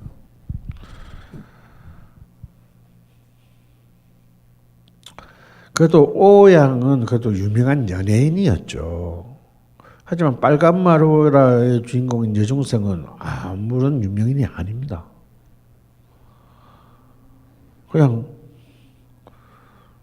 서울 뭐 강남 언저리에 사는 여중생일 뿐이죠.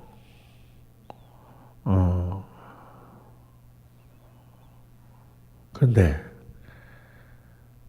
오양보다 더 유명해졌습니다. 그 당시에는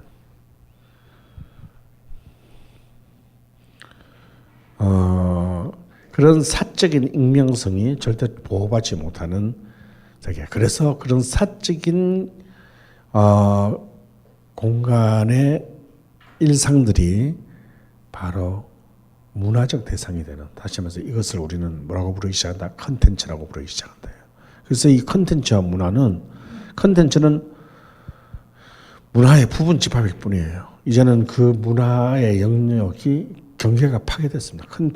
문화가 컨텐츠화하면서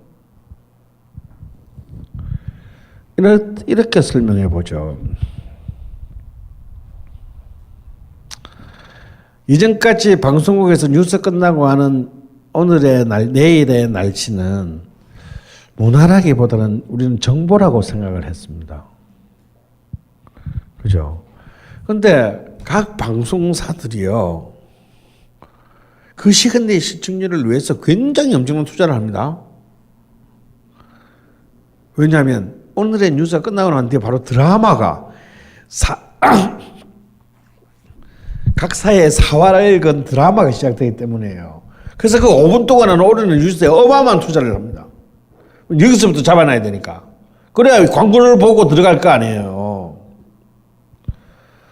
그런데 오늘의 날씨, 내일의 날씨는요, 다 모든 방송들이 동일한 소스를 받아서 하는 겁니다. 자기들이 뭐 따로 뭐 날씨 위성을 띄우고 그런 데 아무 데도 없어요. 그냥 중앙기상청으로부터 동일한 정보를 받아서 한단 말이에요. 근데 여기서 막 갑자기 이제 막 그 앵커들이 갑자기 막 이제는 김동완 기상관이 나와가지고 내일은 바람이 불고 그렇습니다. 근데 이전에 막 점점 이 여자들이 점점 막 옷이 치마가 짧아지기 시작하고 막 이 사람 자체가 이 기상 그 앵커 자체가 하나의 아니 우리는 날씨하고 그 날씨를 전하는 그 여자 앵커의 몸 사이즈하고 뭔 상관이 있냐고. 그래서 사실은 김동완 기상통보관이 진행하던 내일의 날씨는 정보였다면 수많은 각사의 캐릭터를 가진 것은 이거는 정보가 아니고 컨텐츠다 이거야. 그것도 어마어마한 부가가치가 걸린. 그래서 그 이제 이제는 기상 앵커를 누가 주목을 했습니까? 기상 앵커들이 CF에 나오기 시작한다 이때부터.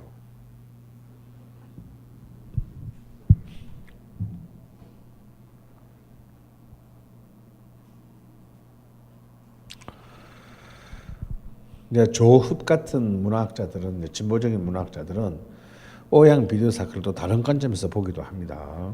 오양 비디오 사건을 어떤 의미에서는 굉장히 한국 페미니즘을 격발시킨 사건으로 봅니다. 하지만 도덕적인 것이 아니라 오양 비디오를 통해서 대한민국 남자들이 얼마나 찌질한지, 그리고 오히려 수동적이지 않고 여성도 능동적으로 성을 치를 수 있다는 것을 대한민국처럼 가장 공적인 영역에서 제가 보기엔 이제 이건 사실은 뭐 그 새로운 관점이 아니라 미국 좌파 이른바 페미니즘 좌파의 관점입니다. 페미니즘 좌파의 관점 중에 포르노를 여성 해방의 기제로 보는 입장이 있거든요. 특히 이제 그 미국에서는 롤링스톤 같은 잡지 입장이 포르노 좌파적인 입장입니다.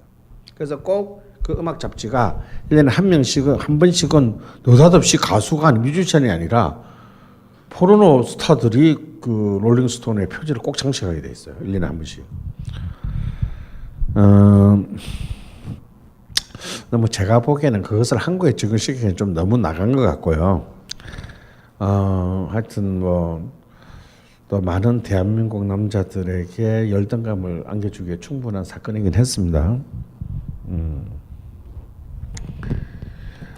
이런 이제 그 인터넷 속에서 가능한 이런 이제 수많은 새로운 어떤 그 문화적 양상이 일어났고요. 이제 그 97년 야후를 시작으로 이제 98년에 네이버가 서비스를 시작하면서 다음 네이버가 서비스하면서 포털 서비스가 이제 시대가 개막합니다. 이 포털 서비스가 결국은 이제 다 마지막 시간에 다시 얘기하겠지만요, 한국 대중문화의 재앙이 됩니다. 우리나라에서 지금 하는 네이버 다음이 포털인가요? 아니, 포털 아니죠. 이거는 그냥 공정거래법 위반입니다.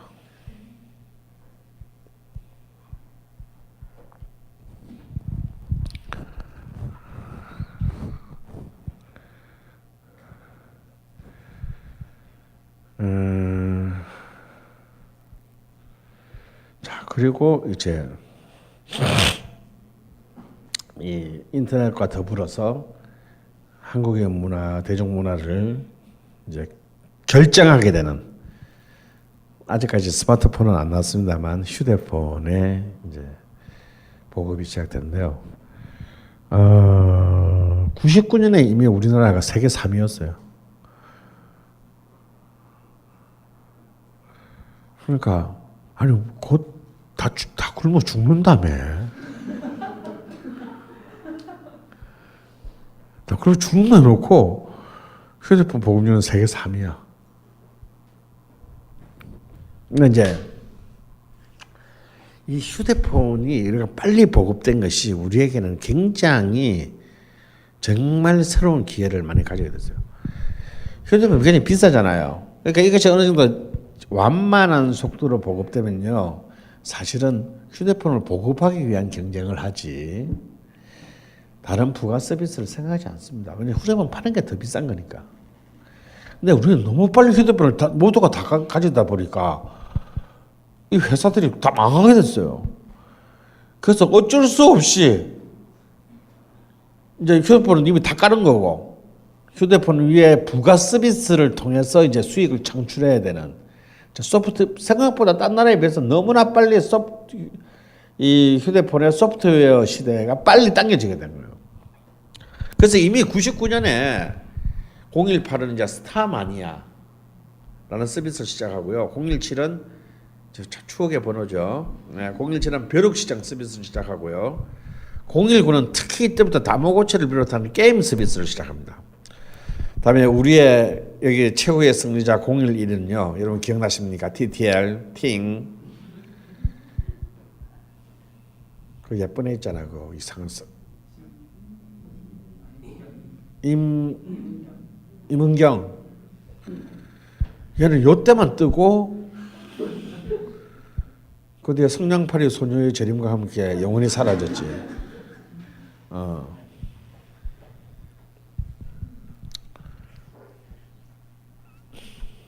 아니 휴대폰 가지고 별짓을 다 했어 우리가. 근데 이때 재밌는 게 뭐냐면 이 TTL 카드인데요. 이렇게 SK 접근법이 제일 옳았던 겁니다. 즉 가상의 세계와 현실의 세계를 우리가 011을 쓴다는 것만으로 엮은 거예요. 그래서 오프라인 구매를 역금으로 해가지고 이 핸드폰을 통한 나의 모든 소비를 핸드폰과 관련시키게 만들었습니다. 그러니까 이것만으로도 내가 볼 때 018, 017이 이 어떻게 해볼 수가 없는 스케일. 물론 그만큼 이제 011이 선발을 펴고 이미 그때 50%가 넘는 점유율을 갖고 있었기 때문에 이런 과잉 투자가 가능했던 거지만요. 하지만 이 모든 서비스들이 지금 다 어디에 들어와 있습니까? 스마트폰 하나 안에 지금 다 들어와 있다 이거.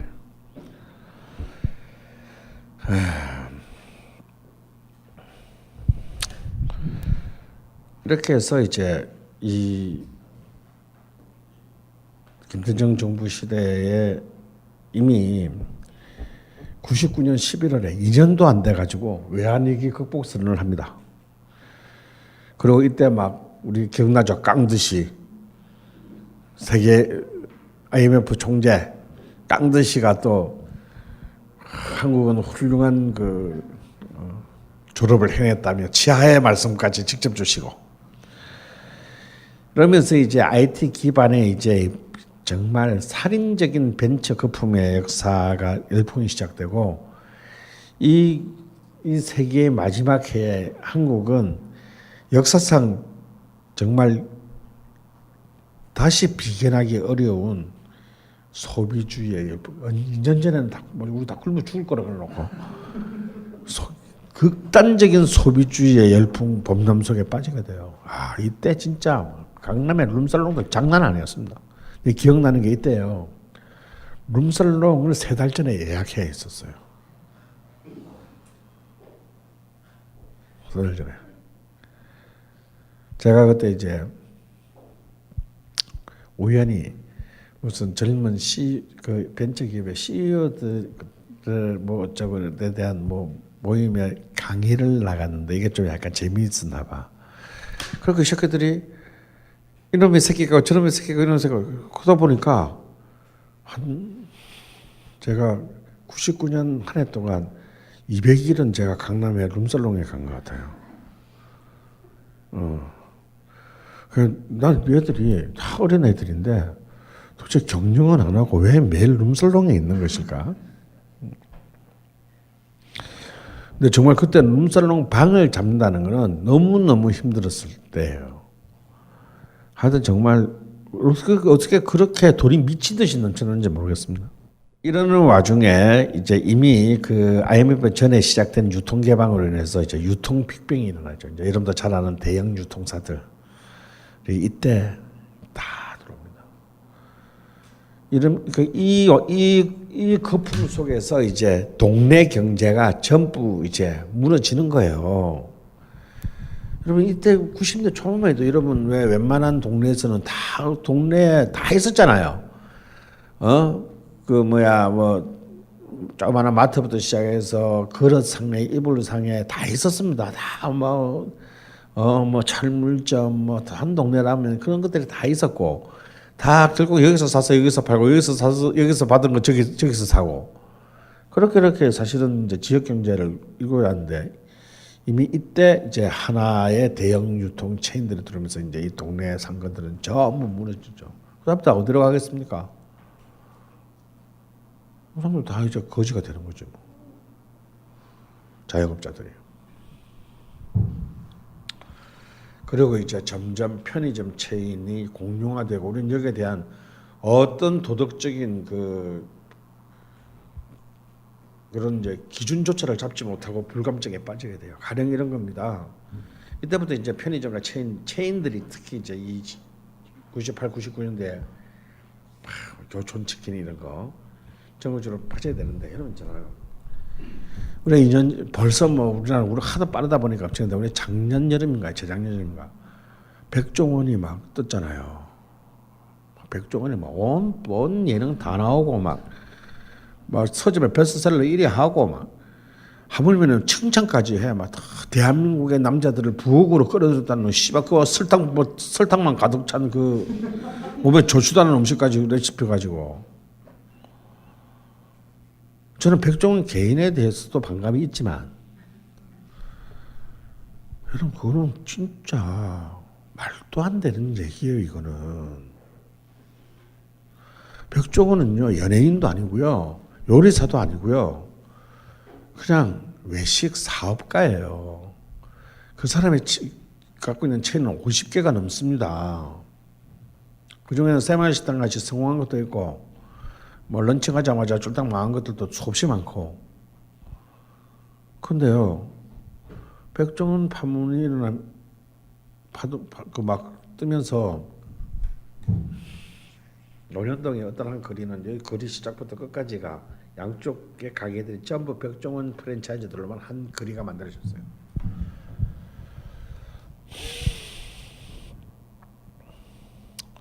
이거는 명백히 공정거래법 위반입니다. 특정한 업체의 대표를 방송사들이 아무런 도덕적 그 기준 없이 반복적으로 투입함으로써 그 사람이 만들어낸 브랜드에 대해서 소비자들로 하여금 신뢰하게 만든 거예요. 걔가 돈 버는 게 배 아파서 그런 거 아닙니다. 그것이 들어서는 순간 그 마을의 독자적인 로컬 가게들은 다 망하게 돼 있어요. 왜? 왜 체인점이에요? 대량 생산, 대량 구매가 가능하기 때문에 원가를 확 낮출 수가 있죠. 사실 백종원의 음식점은 훌륭합니다. 그 가격으로 보자면 백종원의 짬뽕 괜찮아요. 4,000원짜리인데. 근데 동네 짜장면 가게에서 4,000원 받고 그 짬뽕 그렇게 못 만듭니다. 경쟁이 안 돼요. 그러면 결국 백종원 하나 부자 만들자고 우리 동네의 그 수많은 그 자영업자들을 전부 도탄에 빠뜨리는데 여러분들이 기여하는 거란 말이에요. 백종원은 그런 거 먹지도 않는데. 그냥 집에서 푸아그라나 먹고 있는데 말이야. 그 냉장고를 부탁해 첫 회에서 나왔잖아요. 그걸 딱 걸렸잖아, 새끼가. 지가 그렇게 뜰 줄 모르고 처음에 그냥 그때는 말해도 소유진의 남편을 유명할 때 백종 냉장고를 부탁해 초기에 이 집 냉장고가 풀렸는데 그 안에 뭐가 나온 줄 아세요? 뭐 푸아그라, 뭐 스누바 세계에서 비싸다는 요리 재료를 다 나왔어. 그러고 난 뒤에 몇 달 뒤에 나와가지고 씨발 설탕 친 간장 가지고 지랄을 하는데 토스트는 봐줄 수가 없더만. 지구 속에서 씨발 지는 그런 거 몸에 좋다는 건 다 처먹고, 씨발 우리 보고는 설탕 내 처먹으라고. 그리고 남자들도 부엌에 들어가라고 족가는 소리지. 그래서 이거는 네트워크와 미디어라는 이름의 권력이 만들어내는 사실상 이거는 제가 볼 때는 사회적 범죄입니다. 이런 게 국가 기강을 뒤흔드는 범죄라고요. 그런데 우리는 범죄자를 응징하지 않고 환호를 보냈습니다.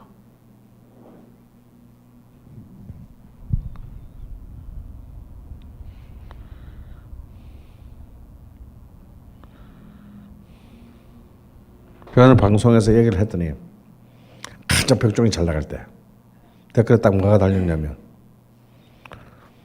제가 그때 SBS에서 이제 황교익이랑 그 맛있는 날들 때 댓글에 딱 뭐가 달렸냐면 왜 돈벌이 배 아파? 그러더라고. 그렇게 해서 이제 이때 대형 유통사들 그리고 이제 드디어 한국에서 이른바 백화점이라는 이제 소비의 피라미드 구조, 최상위의 피라미드 구조로서 백화점이 형성되는 것도 또한 바로 이때다라는 거죠. 그리고 이 소비의 벌람을 가장 대중적으로 확산시킨 또 최고의 공로자가 있습니다. 나도 한때 중독되기도 한 홈쇼핑이다. 이거 중독되면 이거 6개월 안에는 빠져나오기 어렵습니다.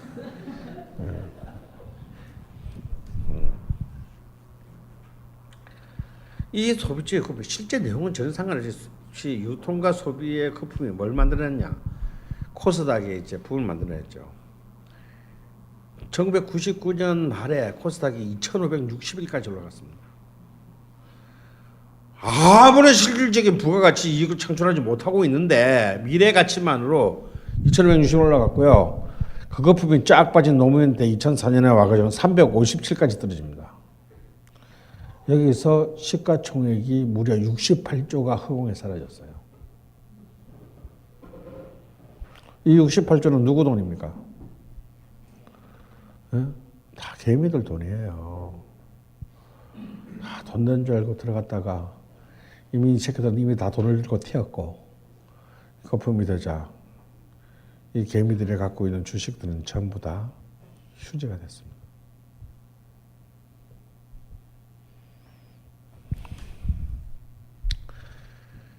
분명 도저히 누가 봐도 이거는 수익이 안 나는 회사에 회사들의 주식이 막 30배, 50배씩 막 치솟았으니까요. 제일 웃기는 거 아직까지 해외 시장에서 돈 벌기 전에 SM 엔터테인먼트도 이때 있어요. 97년도에 그러니까 8년도에 상장하거든요. SM이 상장했을 때 2만 원인가 그랬습니다. 그때 뭐 H.O.T도 뭐 인기시다 뭐 깨지고 이러면서 이제 뭐 작살났지. 그런데 막 이 부분 속에서 막 뭐 한류 뭐 사실 한류에서 수익 하나도 없는데 8만 원까지 올라갑니다. 아무 그 가치도 없던 그 실질적인 회사 수익은 별로 당시 순이익은 좋지 않은데 그러다가 2004년도에 얼마까지 내려갔냐면요. 1,000원까지 내려갑니다. 그때 샀어야 돼. 그때 1,020원까지 내가 내려간 걸 봤어요. 그래서 이 새끼들 꼬시다 망했다라고만 생각했지 이때 사야 된다라고는 내가 생각을 못했다라는 거야. 그러니까 나는 완전히 꽝이에요. 그때 한 10,000주만 사들 거야. 그래 1,000만 원밖에 안 돼. 1,020만 원밖에 안 하는데.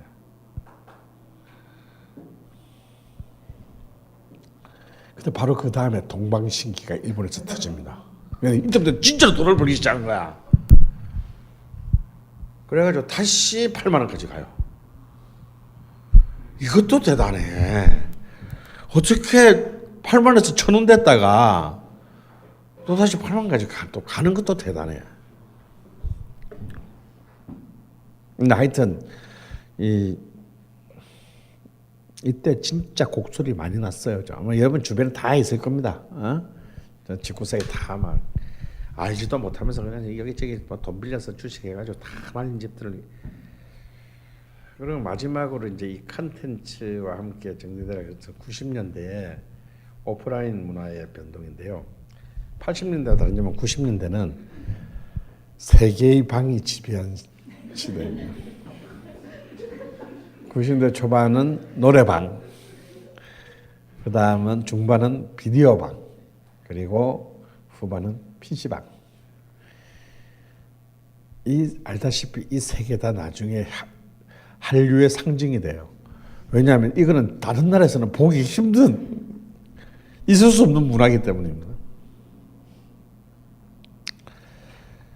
특히 이제 이 PC방이 형성되면서 이제 한국은 이제 또 상상을 초월하는 부가가치를 지닌 시장이 열리게 됩니다. 바로 게임, 인터넷과 모바일 기반의 게임 문화죠.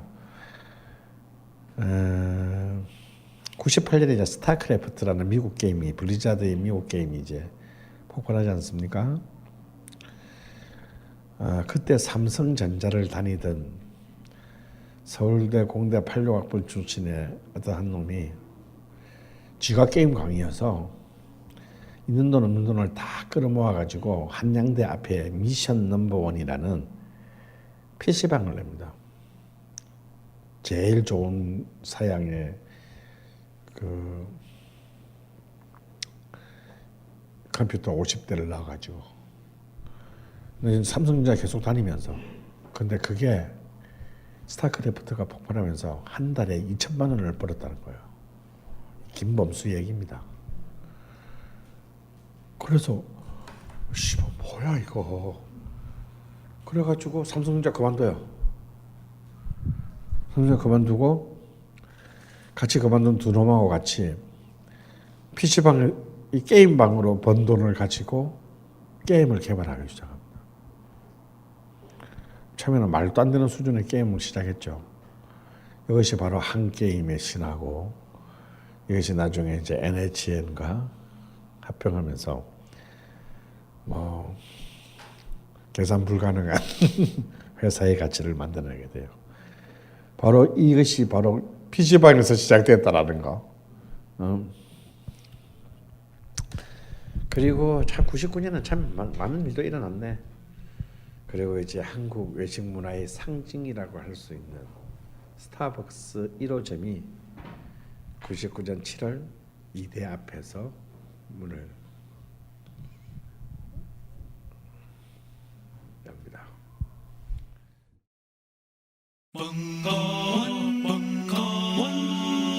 벙커원 라디오